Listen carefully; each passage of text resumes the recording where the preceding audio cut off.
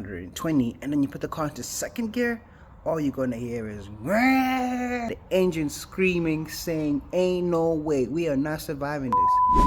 What's good, everybody? Welcome back to another episode of the Ride with Under. If you watched our Suzuki Baleno review, if you haven't, click the link above.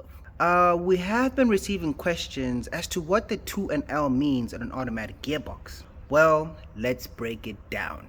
So in the automatic gearbox, sometimes you'd have P for park, R for reverse, D for drive, N for neutral, 2 and L, which are lower gear modes intended to give you more control when you need it. 2 is the second gear mode, intended to limit the car between first and second gear. It helps when you're driving slow or you're in start-stop traffic. Also gentle hills, incline and decline. And also in situations where you don't want the car shifting up or down, just staying constant. So to say, it actually gives the car more engine braking as compared to higher gears. And L stands for low gear. This actually locks the car in only first gear. Mostly used for steep downhill descents, where engine braking is very necessary. Also steep climbs, more especially as well when you're towing a car, because it keeps the car at a constant speed and rev limit.